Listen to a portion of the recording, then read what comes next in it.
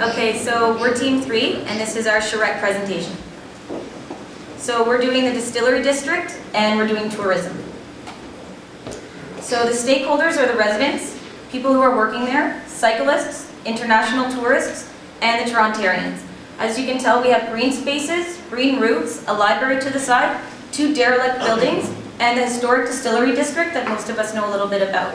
It has theaters inside, cafes, and it caters to a more expensive category of people, and there are tons of condos all the way around. So the problem is the exclusiveness. You have to have a decent amount of money in order to use the distillery district, and there's no wayfinding. So our answer is the cachet district. What is it? It's an adaptive reuse and wayfinding. The hostel. So it keeps people in the heart of the district, and it caters to a diverse demographic of people with different economic standings. So we want to bring a hostel into the area. So where would the hostel be? It would be on Mill Street and Trinity Street, and it would be located right in the square that you can see. So it contains rooftop vegetable gardens that brings together the users of the hotel together to maintain and eat the fruits of their labor.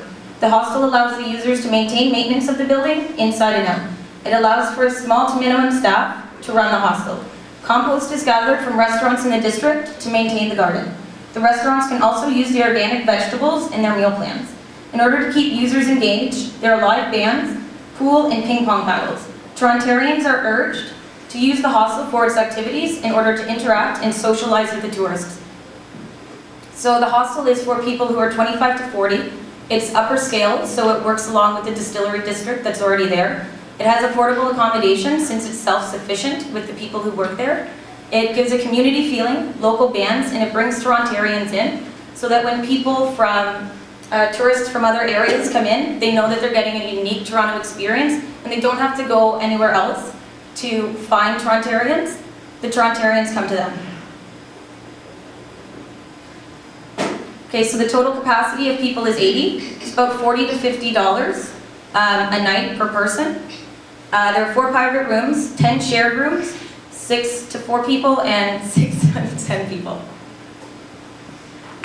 As part of the adaptive reuse proposal, the other one is the artery. This is located on the derelict building next to the hostel.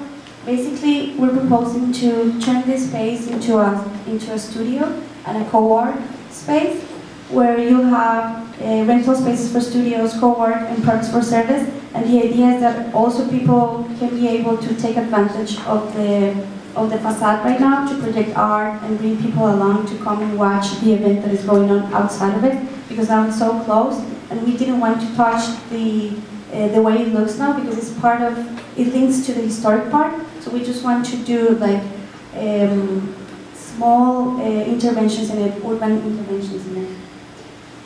The second part of our proposal is the wayfinding, and we call it the ribbon effect. So basically, it is a wayfinding system to bring users to and from the distillery district. We're proposing that it is going to be an event itself. We're using it as a tool, as part of the wayfinding. So it would be integrated with Wi-Fi hotspots, information, projection, heat lamps, so that it creates an enjoyable user experience itself. So basically, we're proposing that the ribbon takes advantage of the empty spaces of the blocks by traveling through the constructed and open spaces, creating an organic trail. The pink spaces that you see are going to be where we're going to put like modules, information modules in strategic spaces.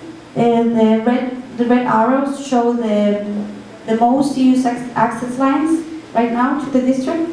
So we're integrating all of them by making it like a ribbon effect, a trial that you go through.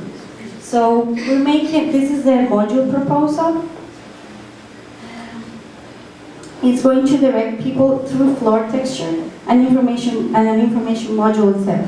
And it's going to be composed of recycled materials at the texture level, and wood, and here are some examples of what we're thinking that this could be. So we would basically have a shelter space that is going to be also an information space where you can take a pause on the urban area.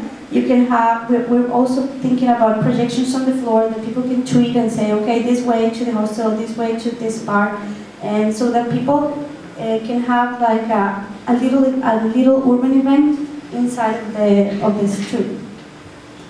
This is an example of how we would interact with the constructed area. As you can see, we're taking advantage of the empty spaces and just playing with the texture along to drive people in a very organic way.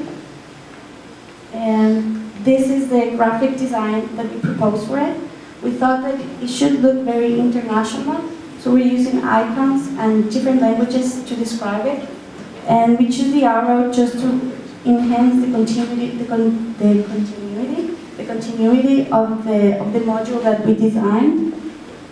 So here we can see some examples of what it's going to show.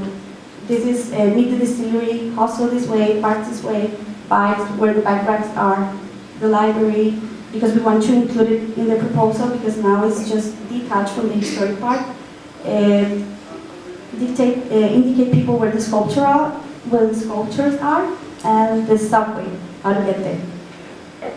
As part of the ribbon effect, there is a project that is going to be located next to our project called the Canary District, and it's going to be basically a huge park full of green space.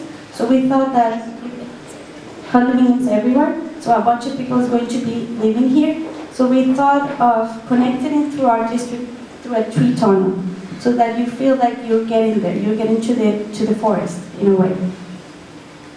And then crowdsourcing. How are we going to do this?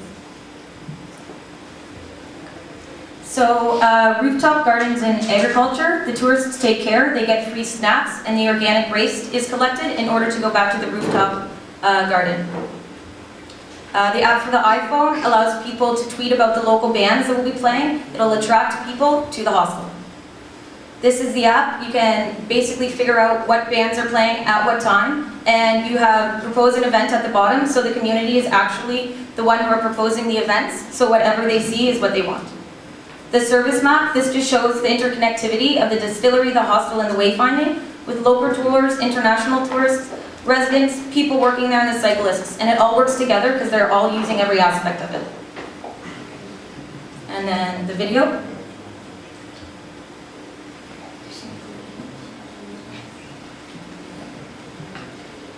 This is how our three personas will use the space. This is the Charrette district. Milo is an international tourist. He wakes up at the hostel and eats breakfast. He uses the ribbon effect to get to the distillery district where he tours.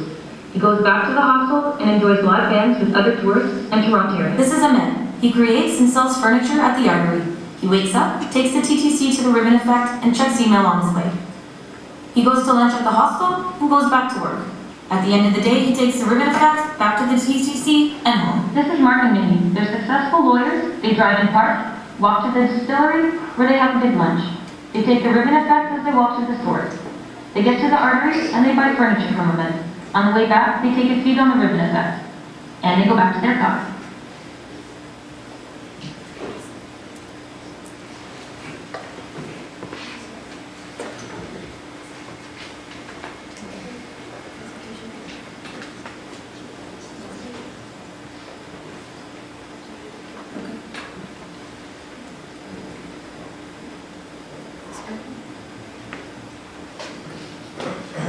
Okay, so this is a proposed area. This is a proposed area and everything that's going to go into it. This is the way the service map looks. And this is the Charrette district. Thank you so much. Merci.